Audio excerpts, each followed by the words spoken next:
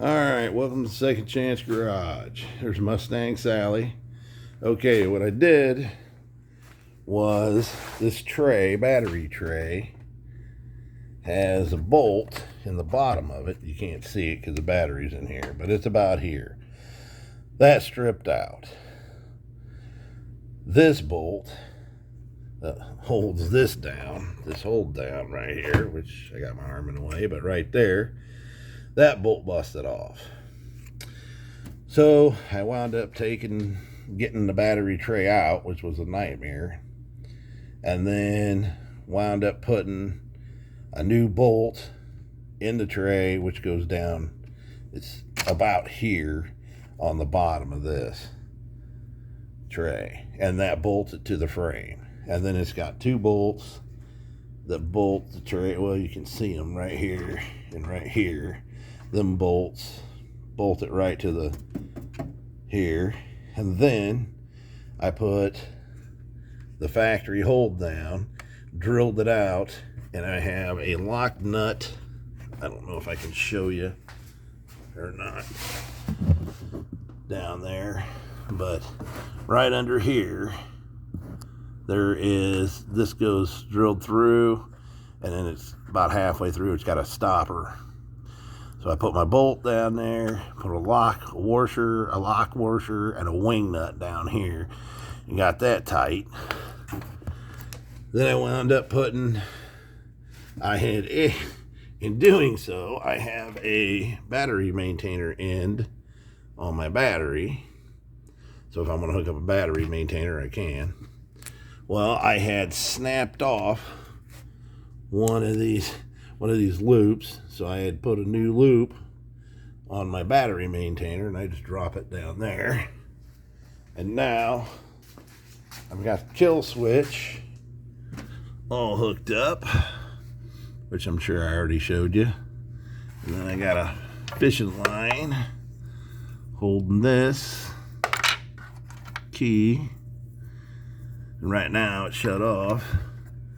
But you got to line that knot up with the notch, push it down, turn it on. Voila, there's power. Shut your power off, you can pull the key out, you can leave it in, whatever you want. Okay, and then it does have a little rubber boot. It goes over the top, and it looks pretty good because I just had put the new stereo in it. But I vacuumed the whole thing out. She's looking pretty good. But I gotta wash it, man. I got fingerprint marks all over it, and dirt and crap all over it. But anyway, that's what I did last night. I was messing with that battery. And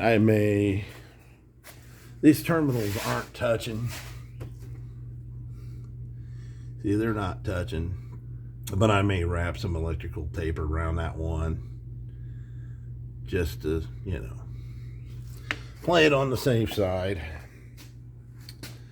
And so I'm getting there. Now, if I want to, I can do my electrical test because I got a good battery, strong battery in it now. So anyway, that's where I'm at with that project. So anyway, if you like it, subscribe. Oh, I still don't know what I'm doing with the tires yet. Dad said that if I use those rims, here, I'll go over here and show you. He thinks if I use the Jeep rims, he thinks they'll look pretty good. But he says that I need to get tires to split the difference between the low tires I got on that one and the big all-terrains on this one, these. And I said, well, what do you think of painting them, cleaning them up, and then painting them silver metallic with like a chrome center cap? And he said, yeah, he thought that would look pretty good, especially with the chrome side pipes eventually it'll get, if I ever get enough money to do it. And so So he thinks they would look, pretty good. So anyway, that's kind of where I'm at right at the moment. So I don't know if I do clean these up and paint them up and stuff like that. What I'll probably wind up doing is taking them and dismounting the tires. And then Dad's got a little sandblasting cabinet from Harbor Freight with a sandblaster. I may go over there and sandblast them. It'd be a lot easier. Or I'll wire brush them up. And then I seen on the internet where they were talking about using oven cleaner and Brillo pads, to clean up a bunch of the rust. And I'd use a wire wheel, of course. Then I'll primer them. But I would definitely dismount the tires off the rims first before I did anything. And then Dad says that he thinks I need to try them on the back because it's probably got drum brakes in the back, which it probably does. It's a 96 or 95. So it probably does have drum brakes in the back. So I would have to test these on the back to make sure they were going to fit. But anyway, I don't know for sure. I haven't got that far yet. I was more worried about my turning radius.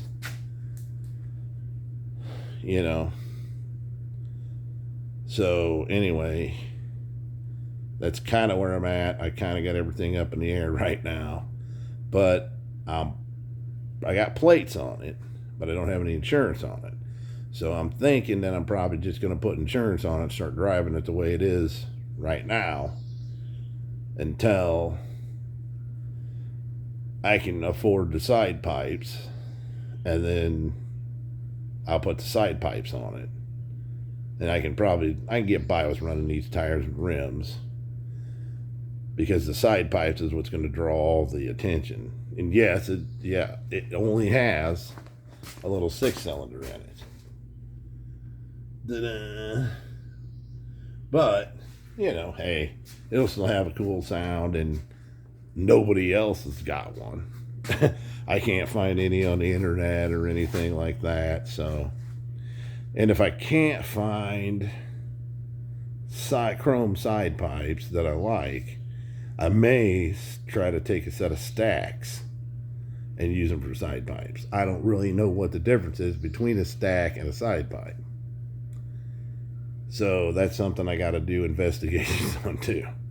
So anyway, that's where I'm at. That's what I did last night. So anyway, if you like it, subscribe. Second Chance Garage out.